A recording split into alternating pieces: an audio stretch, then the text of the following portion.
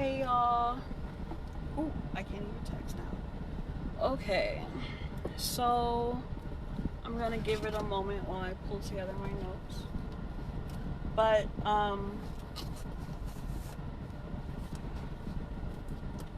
let's see. Okay, so I'm sorry if this is a bad angle, but whatever's been going on in Kenosha has really been on my mind. And I know in the past, hey Gwen, I was gonna text you because I feel better when people I know and like I talk to a lot are here. So thank you for being here. But so I want to start by saying I have a little bit of anxiety in the past when I've tried to talk about Black liberation efforts and the environment that we're fighting for our liberation within. And the complexities and nuances. Hey, I've gotten a lot of pushback in a way that's like really violent, so I have anxiety about that. Hey y'all, I really appreciate y'all being here. But nevertheless, it's incredibly important that we talk about this kind of stuff, right? So in the about for this live, I included a PDF.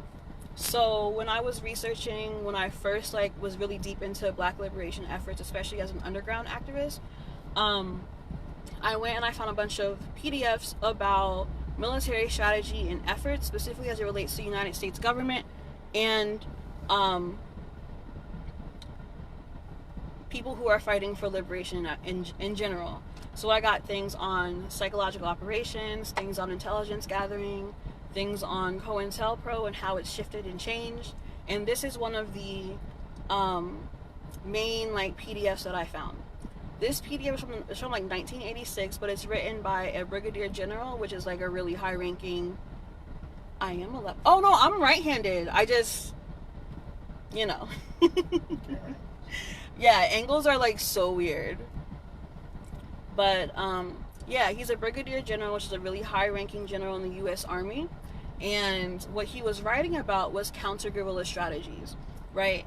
And what I believe is incredibly important is that everyone who is a Black liberation activist, everyone who's interested in understanding what's happening in Kenosha and other areas, and people in general, start to really study strategy outside of just the political space. Hey Simone. And started to understand it more from a military strategy standpoint, right? Because we can't say, oh, the U.S. is this, that, and a third, and not understand how the U.S. responds, right? And why they respond that way. So, one of the first things that I want to say is actually a quote from the article, from the PDF, right? And the quote says, "There can be no revolution without resistance, but there can be resistance without revolution when the objectives of the resistors do not envision a reallocation of power," right? And I wanted to start with that quote, and it's going to be kind of a class, so feel free to come back later or share it. But I wanted to start as a class thing, because I've been talking about these articles for a while, and it's okay. But I wanted to start with that quote because I think it's really important that people recognize that by virtue of being a Black person or a person of color or a person in general interested in supporting an end to oppression of Black people, specifically African Americans, Black Americans, and Indigenous Americans, you are viewed by the state as an insurgent, right? Hey Desi. But you're viewed by the state as an insurgent by virtue of believing that Black people should not be murdered. And that's because Black murder and that of Indigenous people and our oppression in general is the blood that fuels U.S. empire, both here and abroad, right? Thank you. Shout out to wigs. I'm still learning how to do wigs, so you can't judge me, but I love me a wig. I don't feel like doing my hair no more. But yeah, by virtue of being someone who cares about Black people and wanting our oppression to end, you are now viewed by the U.S. government as an insurgent, right? So when the U.S. government is developing strategies and things, they're also reading the same materials that we're reading. So they know bell hooks, they understand the autobiography of Malcolm X, they read Baldwin, they read everything that we read because they have to understand us, right? Thank you. No, I wish. Like, it's a really good wig. I just gotta figure out how to, like, better, you know, get my shit together. Gotta be cool about it. So basically in this talk, I just want to go over a couple of things. I want to define insurgency. I want to talk about U.S. counterinsurgency efforts and how that looks in our community. And then I want to talk a little bit about Kenosha specifically and how and why the militia was so unified with the police. Okay, so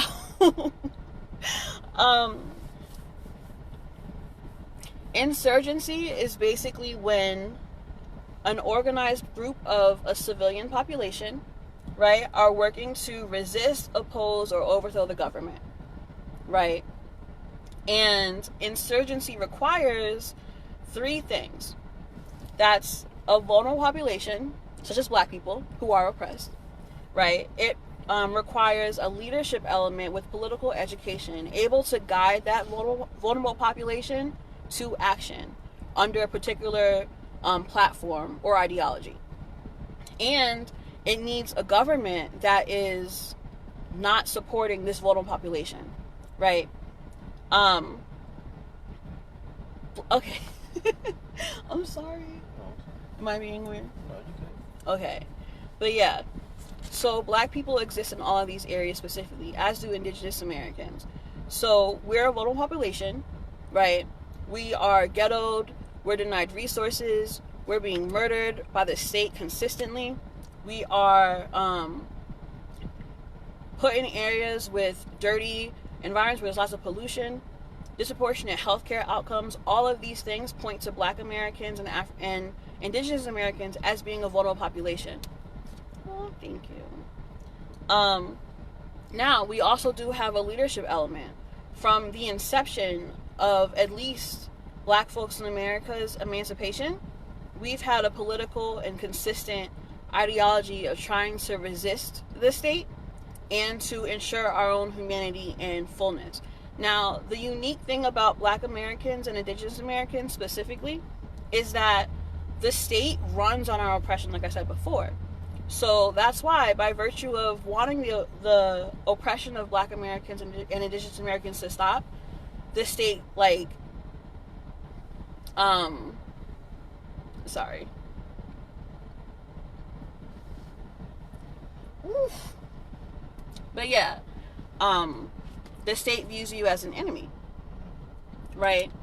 And the lack of government control is that there's never going to be a situation or a space where the government's going to stop our oppression, right? Because our oppression is what allows the state to continue its work both here and abroad. So the goal of a counterinsurgency effort, if it were to be abroad, would be to alleviate the conditions that create an insurgent, right? They'll develop infrastructure, they'll develop schools, they'll do all these things. But because of it's America, and in America, black folks and indigenous folks have to be oppressed, the goal of a counterinsurgency effort here is not to stop the material conditions that are impacting, that are causing us to be in these vulnerable communities. It's instead, the goal is instead to ensure that people are comfortable with black folks staying in these vulnerable communities, and that black folks are staying oppressed in these really targeted ways. Hey, so it's really important to me that people like start to understand that. Thank you. It's very important people understand that. There's never going to be an effort by the U.S. government to arrest Breonna's killers, for example, right? Not in any kind of real way. There's never going to be an effort by the U.S. government to stop the murders of black people. There's never going to be an effort where the U.S. government is ensuring that every single black person is eating, or that even though we're disproportionately working in low-wage jobs, that our material conditions are met, or that we're in environments where we can meet our own economic need. It's not going to happen. It's never going to happen. And the inability to accept that is something that we need to work on collectively. So, some of the other things that support an environment in which insurgents, which is what black folks in America are viewed as, right, to thrive, is popular support, right? That's like the community in general is supportive of our efforts, which we see because Black Lives Matter and the liberation efforts that are kind of under that umbrella are things that everyone for the most part supports, right? So even with the NFL, with their thing, they have like Black Lives Matter on the thing. They talk about, you know, how black people are murdered and how we should care. All these things. We have popular support. Black national anthem. And they're talking about the Black national anthem, as he says, which I think that's disrespectful personally, but that's just me.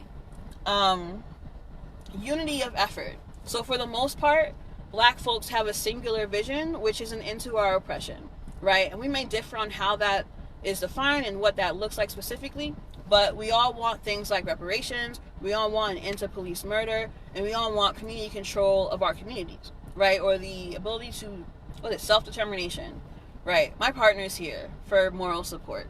So you want to say hi? Hey. Say hi. Wait. I got words. Oh. Anyway. So we have unity of effort. We also have the will to resist, right? So black folks, since emancipation, have been very consistent about always having some form of resistance within our communities, right? So that's something we've always been doing, but now specifically we have more buy-in from other groups, such as like white people or, you know, people in power and celebrities and all these things, right? We have leaders, which is some of these like well-known people who are guiding some of the political education. So you have people like BLM and some of these famous activists who have a de facto kind of leadership position within the community, who are kind of guiding our actions and plans, right?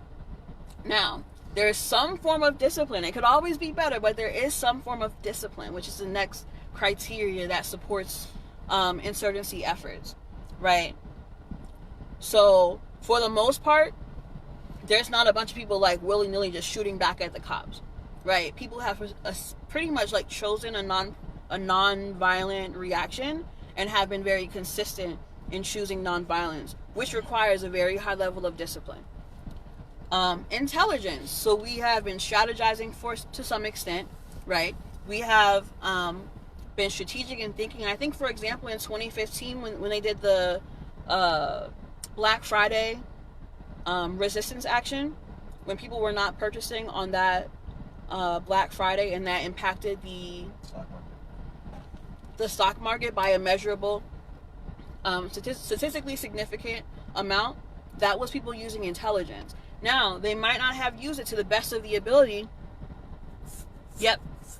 It is rooted in MLK's ideology, Kingsian. I love that word. But King is an intellectual leader that for a majority of black people, they are going to follow. Propaganda. So we have propaganda now. We have black folks making songs, making art, all these kinds of things that support a mission of black liberation. We have there's two more, a favorable environment, because again, our material needs are not met. So by virtue of meeting our own material needs, we're able to push back against the state in some really strategic ways. So that's another thing that supports insurgency efforts, as well as external support. And if you look, since 2016, actually since 2012, at the very least, there's been a Black Lives Matter protest, a solidarity protest in a lot of different countries, right? All over Africa, all over the Caribbean, all over South America, and especially now in China and Europe. So we have in almost every single continent support from outside states that support our efforts for black liberation, even if it's just a name only, right? So even though we're not like getting sent arms and things, it still counts as support. So the next thing, right? And this is what's really important, I think, right? So insurgency moves in 3 stages. The first stage is latent insurgent energy, right? So that's like subversive activity, that's protest, that's like art and things, but it's no major violence or uncontrolled activity, and there's no like continued action. It's a bunch of like one-off events. So like in So like in 2012, when people were protesting all the time, a bunch of one-off times in honor of Trayvon Martin, that was an example of stage 1, latent insurgent energy, right? The next stage is guerrilla warfare. So this is when the community supports us, we have a continued guerrilla action or insurgent action, right? So right now, where we see that every single day, there's been an action of some kind in support of Black liberation efforts in somewhere in the country, that's an example of the stage 2 guerrilla warfare, right? Now, stage 3 is overt war of movement, is how they describe it. So they say it's overt, outright combat. And it's also intentional defense, defensive operations to protect the controlled areas, right?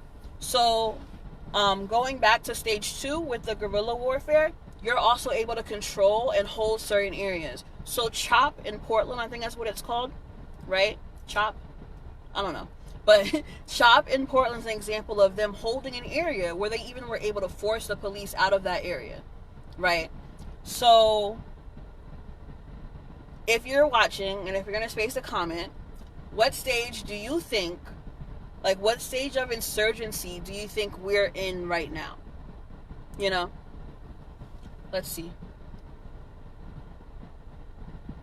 And also, like, how does it feel to technically be an insurgent by virtue of being a Black person who supports the end to Black liberation? Sorry, not an end to, oh God, no. So who supports Black liberation efforts, or someone who's an ally of those who support Black liberation efforts? So Natalie, you say like stage 0.5. That's funny. That's funny. I don't know if anyone else is here, but I think that we're in stage 2. I just don't think that we're intentionally moving throughout the stages. I think that there's a very haphazard approach to how Black liberation is being, I guess, acted out within the last few years. And I think that that haphazard approach is due in part to counterinsurgency efforts by the state since at least 2012. Right? And let's talk about counterinsurgency. This is the last page of the notes. Yeah. But the U.S. government defines counterinsurgency as, well, they call it COIN, C-O-I-N. Yeah, by the state and its agents. Right. And that's the really important part. So COIN includes a range of tactics that are supposed to, quote, free a population from subversion, lawlessness, and insurgency. Right? And what's interesting, the PDF is specifically about how the U.S. supports foreign countries and fights against their own insurgencies, right? But we know that the U.S. government is not going to make it publicly available, even if I had to work to get it, right? They're not going to detail on paper how they go about stopping the people in their own country from developing insurgent tactics and things, right? So I apologize. I'm still clearly recovering from brain trauma. So I apologize if my words come off wrong, but yes. Right? So because of that, we kind of have to read between the lines a little bit. And a lot of it is overt. But we have to be able to apply an American lens to what the US government is saying they do with others. Thank you. I appreciate that. Truly. So yeah. When the U.S. government, again, is talking about how we're going to end insurgency in the U.S. from Black people specifically, they're not talking about, okay, we're going to go and follow the rules that they would usually follow in another country. Because with Black people specifically, our oppression is required for the U.S. government to succeed and to continue as is, right? And because the U.S. government and its agents are insistent on continuing the U.S. as it is and not changing and adjusting, it's always going to require Black folks' continued oppression and Indigenous Americans' continued oppression, right? So, in the context of the U.S. government, Their goal isn't to stop the conditions that create insurgency. Their goal is to make everyone aside from insurgents comfortable with the continued oppression of these vulnerable communities, right? And they do that in a lot of ways, which I'm going to now discuss. And then I'll go back and talk about Kenosha and contextualize what I'm saying here to what's happening there. Okay, so typically the government does this through, like, again, infrastructure. Because I know I talk about infrastructure all the time, but through infrastructure, political, military, economic, and social, needing to be developed to respond to the needs of the people, right? So that's out the window when it comes to black folks, because they're never going to change the material conditions of black folks. Instead, the government is going to focus on two things: the population, like the general population, and then the insurgents and the vulnerable community that the insurgents come from, right? So with the general population, they're going to find ways to win back the support of the people.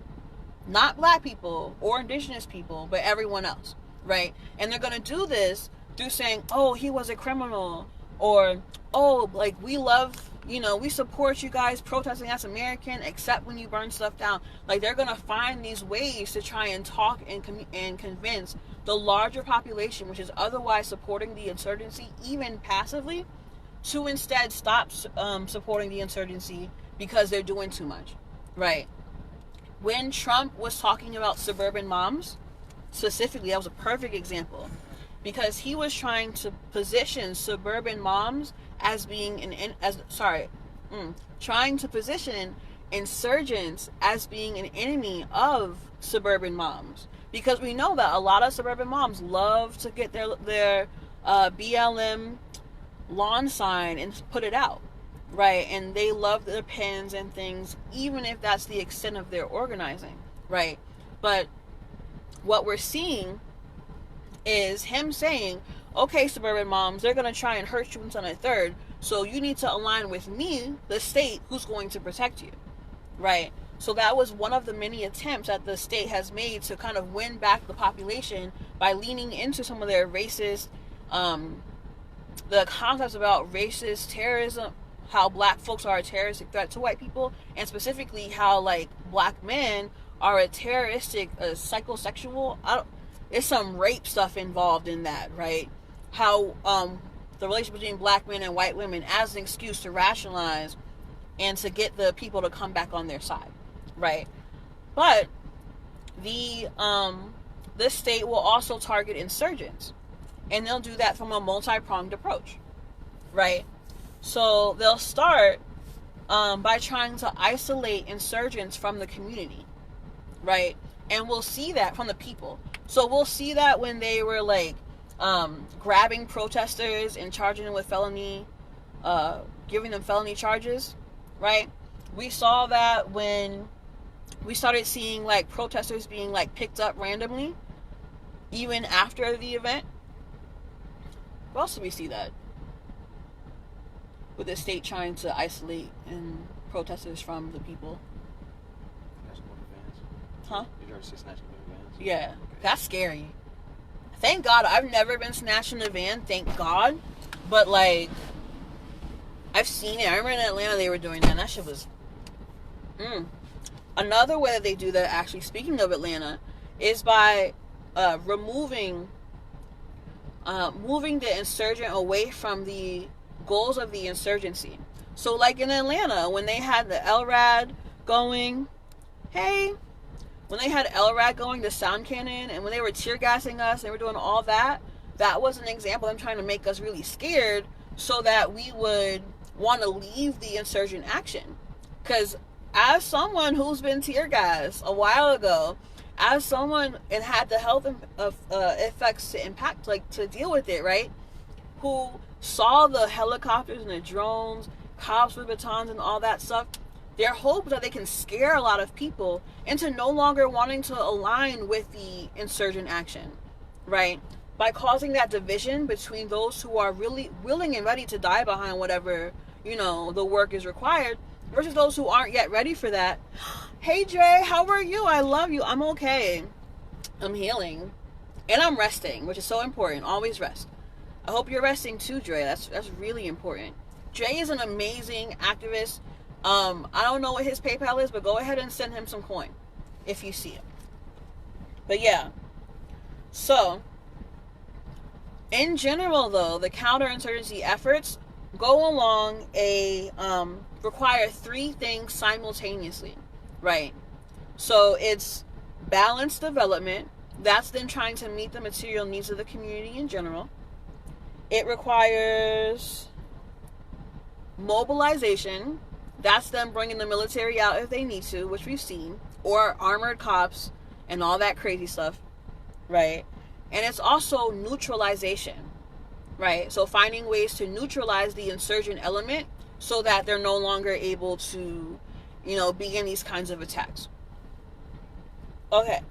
And a really important thing is that we got to accept and remember that the police, the military, and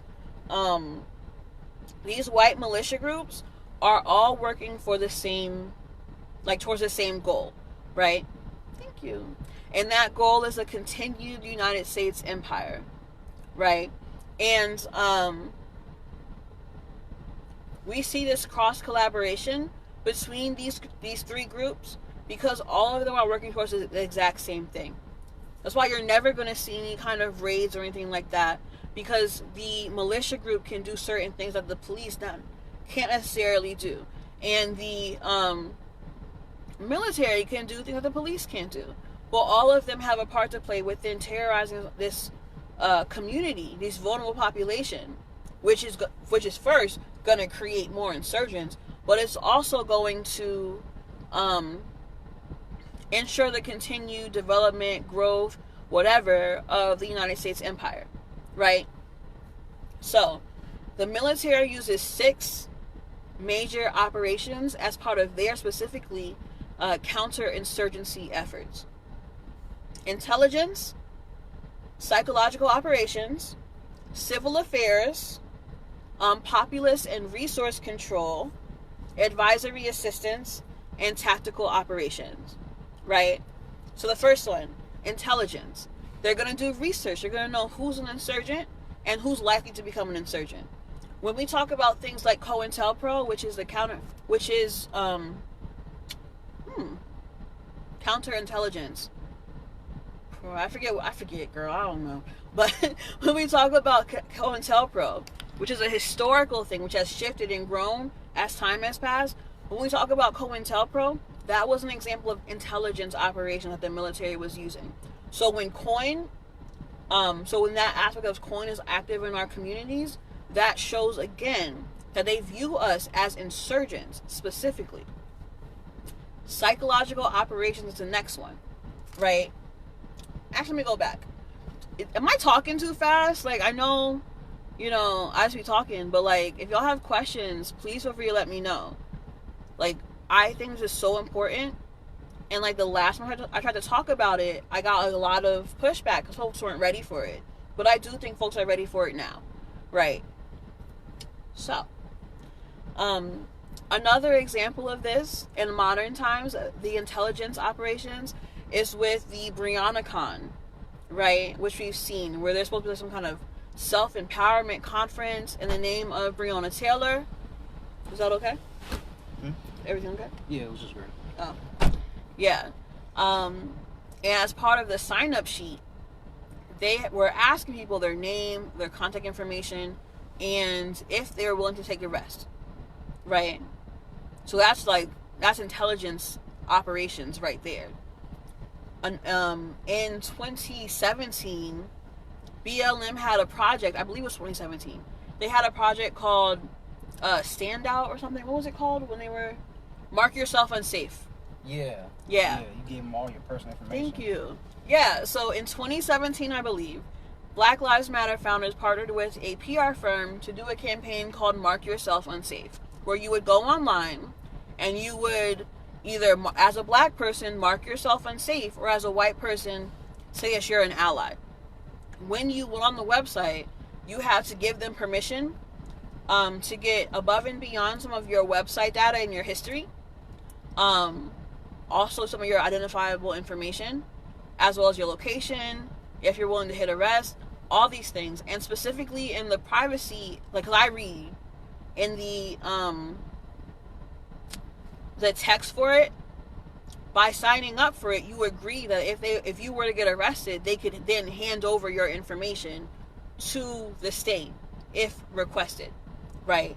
And as someone who does websites and things, the information that they were taking from people and requesting was above and beyond what is normal and standard for a general website, right? So we see this kind of intelligence gathering and operation happening even now. Next one is psychological operations.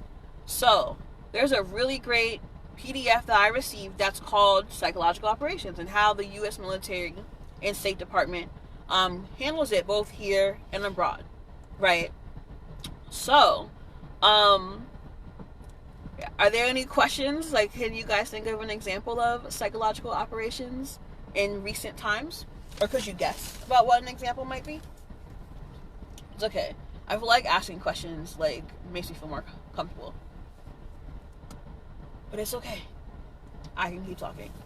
So, an example of a psychological operation is the near constant ways in which Black people specifically are inundated with images of Black death, right? And murder. So, like, all these lynching videos, social media, all of it, it creates a culture where we're constantly seeing Black people being murdered, and that impacts people psychologically, right? It can often make people feel powerless and afraid, first to take action, but also to even just speak out in general, right? I recently was having a conversation with a fellow activist, and they were talking about, like, how scared they were to get deeper involved in any form of activism, even just local politics and labor organizing, because their fear was that they would be murdered in the same way that, for example, Malcolm X, MLK, and Fred Hampton were murdered, right? And I had to reiterate to them that as big of these murders were, statistically speaking, Black people are not murdered. Black activists are not assassinated at the rate that people think they are assassinated, and that part of the reason why that people think that we're assassinated so much is because of a consistent psychological operation on our population that makes us believe that we're murdered at those kinds of rates. Because again, the state does not want to create martyrs. No. They do not want to create martyrs. So, people who can become martyrs are people who would empower further insurgent action.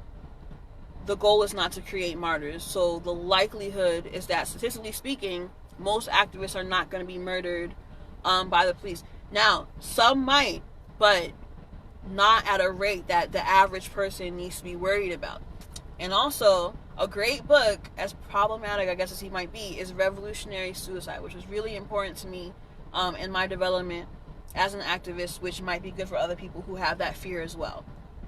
Now, the next of the criteria, thank you, is civil affairs, right? So I'm defining this as an involvement of actors, celebrities, and other people who are speaking to the needs of the people and trying to dissuade them away from more intense activism, more insurgent behavior, right?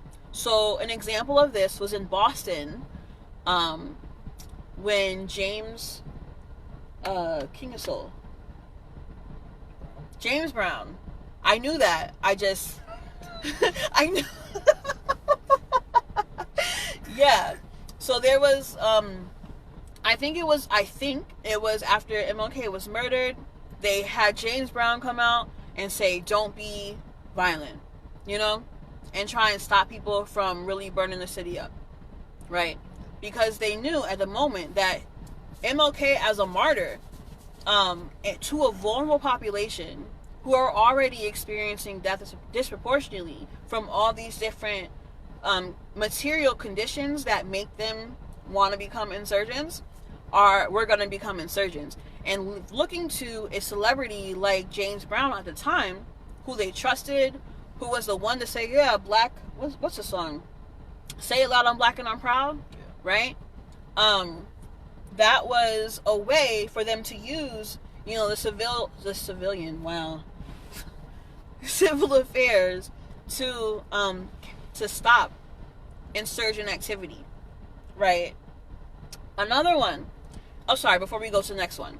So we see that now with a lot of activists, like when Atlanta mayor brought out T.I. and the other nigga, Killer Mike, whose name is literally Killer Mike.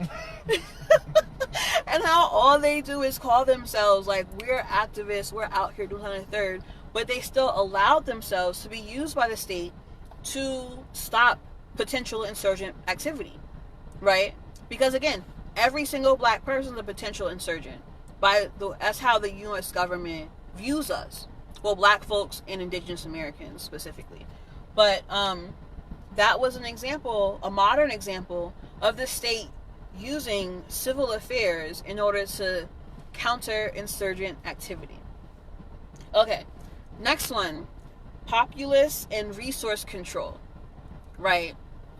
So, an example of the government, let's define this. So, populace and resource control is when, technically we could call this like collective punishment, you think? Yeah. So we can kind of call this collective punishment, which goes against the Geneva Conditions, but we know the U.S. government is not that girl. Well, not a good girl. She's like... Anyway, so that's when you try and control the population and the resources of the population strategically to try and push them away from insurgent activity. So that was a modern example of that is, what was it called? Like when they didn't let people go outside? Curfews. Yeah, so when we had those quarantine curfews. I need to get my teeth fixed. But these current quarantine curfews were an example of populace control. Now, resource control, the other half of that would be, for example, I believe it was in Texas, where it was in Chicago, where people who, during the protests that were happening then, they took away, I believe, lunch for kids because it wasn't safe, right? I believe that was Chicago. And that's an example of resource control. So they know that a bunch of kids were not able to eat because in a vulnerable population like the African American, Indigenous American, and Black American populations, where most of us disproportionately are poor, a lot of us get food from programs like lunch programs at, thank you, one day when I get my teeth fixed, definitely.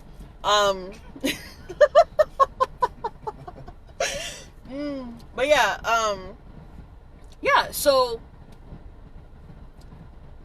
they knew that because a lot of us eat when we go to school, especially as kids, if they were to take away food from students and children, it might stop their parents from, and the students themselves, from being active in the community in this really insurgent method, right? And obviously it didn't work because niggas was like, no the fuck you're not, right? But it was an attempt, right? And these attempts are constantly being made because to the state, to the U.S. government, Black people, Indigenous Americans, and other marginalized groups are insurgents or potential insurgents whose oppression is required for the U.S. government to continue as is. Okay. Now, the next one is advisory assistance, right? So when the U.S. military under FID, which is like Foreign Internal Defense, I believe, or Federal Internal Defense, I should have done a little more research, but I didn't. Anyway, so when the military came in to provide support to certain cities' police departments, even though some of those cities did not request or desire military assistance, that was another example of U.S. government's counterinsurgency efforts in the country, right? The next one is tactical operations. So that's when the military is actually out here. So when we saw the military like grabbing people off the street, hey, that was an example of tactical operations within a counterinsurgency framework, right? So the U.S. government, oh, I love that. I love how I'm talking. So the U.S. government has been consistently working to stop insurgency efforts because they know that, again, black people, African Americans, black Americans, and indigenous Americans, our oppression is required for U.S. Government's continued survival, and that because of us being stuck in this kind of vulnerable population which cannot change, we are always ripe for potential insurgent activity, and that has to continue. Well, they have to try and stop it so that the oppression can continue, right? So, are there any questions so far? 'Cause I've been kind of talking.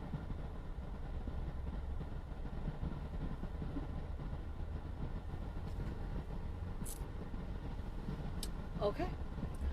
Well, now I'm going to go back. Now that we kind of understand what insurgency is, what counterinsurgency is, some of the methods that the U.S. government uses to stop insurgent actions, and then we can kind of understand and see how these, how these insurgent practices were used against, black activists specifically, but other activists throughout the states currently, right? And we understand that African Americans, black Americans, and indigenous Americans are viewed by the U.S. government as insurgents. We can now talk a little bit about Kenosha, right? And specifically, I want to talk about BLM, right? That's kind of what I want to talk about. So it's my life. I'm going to talk about what I want to talk about. One of the reasons why I'm very consistent about saying, yo, fuck the founders of BLM, fuck Opal, fuck Alicia, fuck Patrice, her, fuck people like Sean King, fuck people like Tamika Mallory, all of them, is because, for better or worse, they have chosen to be counterinsurgent actors or counter-guerrilla actors, right? So, if we, as someone who's been an activist and out in the streets, since oh god, what was his real name? Blue Vest. What the fuck is his name? That nigga. Fuck him. Since Ferguson, fuck him. Right? But as someone, yeah. So Tyrell is saying, I'm gonna come back. I think because Kenosha ripping my heart up. My family's there where I grew up. Someone advised me to tell my parents to evacuate. Trying to figure out how to move through that and break the things down to them in a specific Kenosha type way. Yeah, I love that. I love you. DeRay. Yeah, fuck that nigga. Ugh. Please, Tyrell, take some time and prioritize your self-care. I've been saying the country is always a welcome space. So, we'll talk later. I'm gonna DM you later. I love you so much. But yeah. So, what was I talking about? Oh, the people, right? So, for me, as someone who was an activist, specifically with organizations like BLM since 2015, 2016, Yes. in there, 2015, yeah. One of the things that was very clear to me was that BLM was beginning to operate like an umbrella organization, right? Which is dictating what is and is not appropriate discourse. In 2015, 2016, one of the things that we were pushing was police abolition, including rebranding ideas. Could you expand? I would love to be able to respond to that a little better. But no, what these groups, these people were doing was creating an umbrella discourse between what's appropriate, what we can talk about, what we can't talk about, right? And one of the things that they viewed as inappropriate discourse at the time was police abolition, right? So since then, all of our elders were like, no, we need to abolish the police. We need to have community control. We need to be doing our own things, right, for our community. And what they were saying was, no, we need body cams, right? So because they had more money, they had more pull, they had more say, the conversation moved from police abolition in 2016 or 2015, 2016 to now body cams in 2015, 2016. Now remember, in 2015, we had that Black Friday boycott. People took over an airport in Milwaukee, right? Actions were going up every single year, every single day almost, for a really long time. Oh, I love you too. We can talk later though. But yeah. So all this is happening. And we had the political power in that moment, the insurgency power in that moment, to say, no, we want prison abolition. We had the theorists from going back to the 60s detailing what abolition could look like. We had the intelligence, all this stuff to be able to create community opportunities for self-policing, as well as meeting the material needs of our community, so that we don't need police to begin with. Because if we were to treat crime like a public health crisis, instead of like, let me go kill all the niggas, which is what the cops essentially are doing right now, right? We would have been able to see a marked decrease, not only in general crime, but also an end to police murder, right? But because BLM and those associated with BLM, like musty ass DeRay, what's that fucking Talcum X, those niggas were yeah, Martin Luther King. Because of that, we instead got body cameras, right? So we had an opportunity for police abolition, and instead we have body cameras, which is why for me, I view every single murder at the hands of the police directly at the foot. Like, that is the fault completely of the activists who were advocating for body cameras and telling us explicitly not to advocate for police abolition in 2016. So that's like, what, I think the cops have killed 279 people so far this year, which is crazy. It might be more. It didn't diminish, especially when people being quarantined. It did not. Oh, that's crazy. It didn't diminish in quarantine. Didn't go all that at all. Whew. Let's take a moment. So, it did not diminish in quarantine, or we think it didn't diminish in quarantine. No, it didn't? It didn't at all. That's crazy. I gotta find it. There's a graphic for it?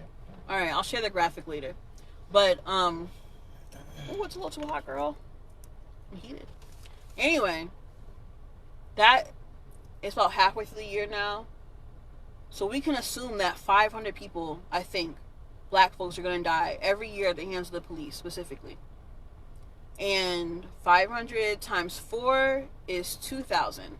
So 2,000 people are dead explicitly because of the decision that Black Lives Matter, the founders specifically, because there's a lot of great people who organize under BLM, right? I'm not talking about them.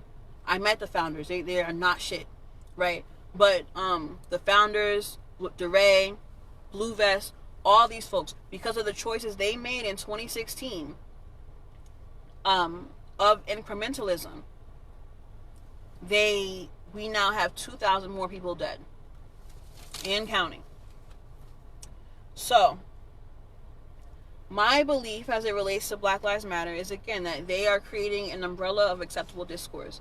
That they are part of a more developed counterinsurgency effort, an advancement on what we saw before with Cointelpro, where instead of, the state infiltrating these radical leftist organizations, right? Now we have the state creating the main radical leftist organization with which future insurgents and potential insurgents join this organization, where they're now going to experience these psychological operations that are meant to diminish them and make them tired of organizing and all these things, where they're experiencing this, they're being isolated from the larger population. It's hot, right? Where they are no longer getting the support of the general population, right? where their actions move from things that are actually going to materially change the conditions that create the vulnerable population, which then creates people who become insurgents. They're instead saying, no, we need that to continue, so we're going to instead waste all this labor and all this energy into incrementalist beliefs that do not materially change the conditions of the people, right? And they're getting intelligence on these people who are potential insurgents. And they're getting, you know, they're impacting our resources. Because I know one of the girls who got the lynching charge, like she was charged with federal lynching for trying to de-arrest a black person who the cops were illegally arresting. And that's crazy, because I know I've de-arrested people too, and that's like simple. It's a reflexive thing that you should be doing as a black person. But Can I add a note? Yeah. To the previous conversation. The graphic said there's only been 12 days in 2020 where police did not kill someone. Wow. So the number is 751. 751 have been killed so far? Since of yesterday. Wow. So as of yesterday, 751 people have been murdered by the police. And this is from a database called mappingpoliceviolence.org. Yeah, let me see. So this is the graphic we're pointing to. So there's only been 12 days in 2020, in spite of a pandemic, where police did not kill someone. So that's 270. No, 751. 751? Yeah. So we can assume 1,000 a year then. Yeah, it's August. Yeah, so if 1,000 people die a year, the police, since 2016, the decisions of the founders of BLM have contributed to 4,000 deaths, not 2,000 like I originally guessed. So that's crazy. That's wild, I should say. I don't know. What did I...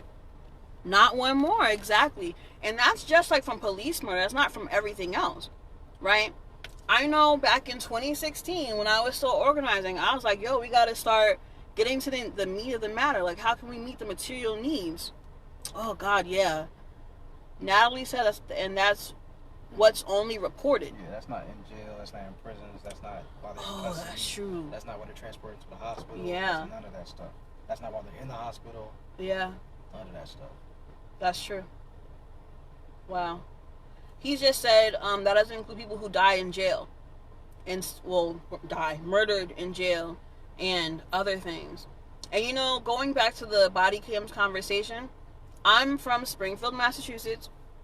And recently our police force, and again, 10 years ago, I was part of the team of people with a couple others who were working to get community oversight of the police, right? So we fought and got a community review board.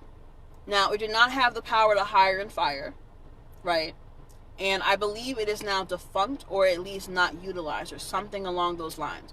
But that was in 2010 that we got that, or 2010 or 2011, back then, right? Now, because of the actions of BLM, people are fighting for things like community review boards and body cameras. Now, Springfield specifically has had a community review board since 2010, we'll say, right? They also now have body cameras and cameras in general. And what's important to know is that Springfield's police department their narcotics department was recently called out by Trump's DOJ, Department of Justice, for being uniquely violent and shitty and evil and disgusting, right? And I can find the report and send it out, but it's really bad. In fact, what they talk about is one of the times when a cop was in a holding cell with a child. I believe he was 14 or 15, right? And they split up these two boys. One was in one holding room, the other was in the other holding room, and the cop comes in and says, look at my boot. That's your friend's blood on my boot. And I'm going to, and pointed to his other boot and was like, this is where your blood's going to be. And said, knowing that he was on camera, I could kill you, you know, to a child, right? And this is Springfield, Massachusetts, in Massachusetts, which is a blue state, a reliably blue state, where people like Senator Warren come from. Right? So, we have to, and that's just crazy. Let's take a moment, that's crazy. I mean, that's wild, I should say. I've been talking for a while. Alright, it won't tell me how long I've been talking. But, we need to start understanding who we are exactly and how everyone around us views us. Right? This is a very serious effort, fighting for Black liberation.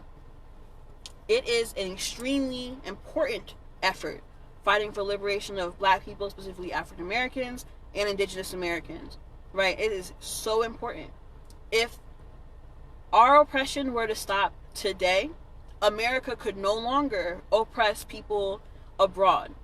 Right? They would not be able to do it anymore because their ability to colonize, to be imperialistic, to support all of these companies, for example, Novum Energy, which is fucking over Haiti right now, right?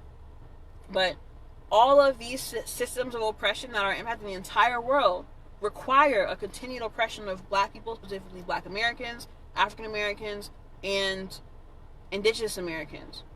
So we need to recognize how big of a deal us fighting back is, so that we can clearly start to see the efforts that the state is taking to suppress us. It is not going to be the counter. I think the parents to the police department, that I think they did too. I'm not sure. They're so, like, honestly, Springfield is one of the biggest, like, per capita, I believe is the way to say it, but they pay a lot of money in lawsuits to people who they have harmed. They have harmed so many people. They have killed so many people. One of the first things that radicalized me was being on a PVTA bus, and a bus stops because the police were yanking some guy out of the car behind us and were beating the shit out of him. They like gang jumped on him, moved him out of his car, across the sidewalk, and then into the bushes on the side of the road. Another thing about Springfield cops, which is fucking crazy, like fucking wild, they waited till they got off their shift at like 12:01, still in uniform, and like locked some guy in a strip club and like beat the shit out of him in a strip club. Like, that just sounds like some gang behavior, because it is, right? And Autumn is saying, close the jail, ATL. 4 designs are up for a community vote with the community coalition. So what they're talking about here is that folks in Atlanta are working to close jails there, and you can support their efforts through the link that they gave. So definitely, like, I love my folks in Atlanta. Please go ahead and support what they're doing with that jail and closing it, because it's incredibly violent. I was talking to my partner, and they took one of the jails back there and like turned it into a school, right? Was it the Creekside or McNair? Yeah, Creekside or McNair? McNair? Yeah. McNair, he's saying. That's how you say it. Well, I'm not from there. Talk like this. But that's another example of psychological operation as well, right? Or psychological terrorism. So it's complicated, it's nuanced, it's layered, but I say this to empower us, right? That as we see things clearly, we're better able to be strategic and adjust as needed, right? If we focus on infrastructure, if we focus on meeting the material needs of the people, if we lean into our ancestors and their work, such as the Panthers, who had a whole 10-point program which was about meeting the needs of the people, right? If we begin to focus on that and create liberated zones for our people, we can be more intentional about how we move through these insurgent tiers, I guess, layers. How do they define it? Yeah, the insurgent stages, right? So it's not like we're just thrown into stage 2 and we're haphazard. Now it's like, okay, we're intentionally creating liberated zones for Black people to come to, right? We're intentionally meeting needs of the people. We're intentionally being strategic about how we, Now he says we have to power map and divest from the NPI, the nonprofit industrial complex shit show, build our own sustainable ecosystems. Absolutely, right? And something I will say too is that Black folks, Black Americans, African Americans, yes, free the land. Black Americans, African Americans, and Indigenous Americans are in a constant state of terror, right? We are in a constant state of terror. So the goal is not to become desensitized, right? The goal is to recognize that we are in a constant state of terror and that is intentional, and then start to develop infrastructure to support that and to meet our needs, right? So are there questions? I feel like I'm talking for a long ass time. Long time. But what I will say before I go to, because I got sick, like really sick, I was not able to continue my work with Free the Land, which was about creating, intentional communities and liberated zones for Black people that are meeting our material needs through infrastructure built from the ground up, but what I will say that there's so many people now, especially, who are on the wave. I was trying to get folks on back then, right?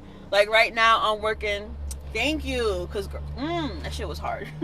But right now I'm working with Heal the Land, which is a coalition group in West Central Alabama, and we're doing work around that.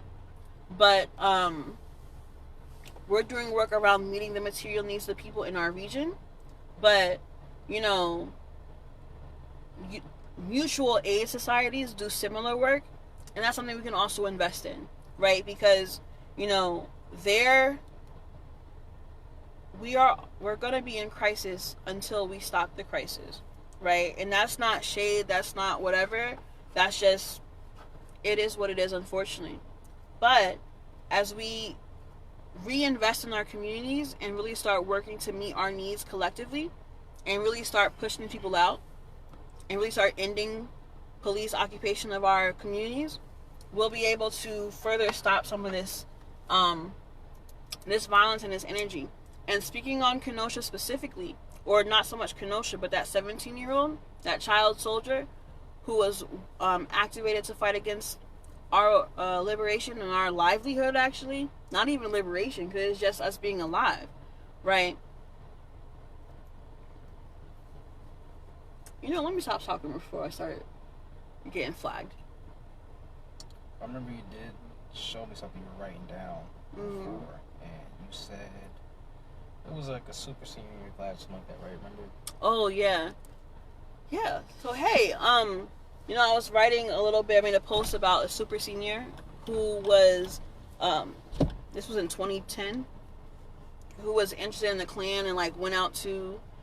Found the Klan and went to go watch a cross burning and stuff, right?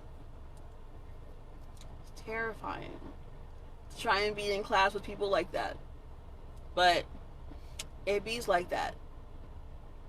Anyway, I would suggest that everyone read the Counterguerilla Counterinsurgency PDF I linked above, right? If you love me, feel free to send me money. If you like my work, my talking, feel free to send that to me. Love that. Join my Patreon.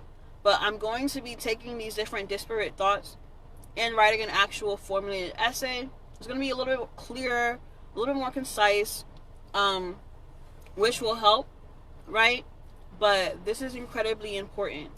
The sooner we realize that the state views us as insurgents, the sooner we can accept that we're not just going to be talking to friends about how they can, like, ask them to stop hurting us, right? Because they're never going to stop. And I'm so sorry. I don't mean to sound... Do I sound callous? That's never my intention. I'm just in... My Mercury is in Aries, right? And, like, I am an aggressive talking... I talk back so aggressively. But, yes, thank you, Natalie. I appreciate that. But anyway... I'm going to let y'all go. If you have questions, feel free to DM me or comment and I'll respond. But I just think that's really important that we start moving away from like solely reading like our really great important theorists and start getting into strategy and understanding how the state views us, right? In modern times, and understanding how Cointelpro has shifted in these really strategic ways. But anyway,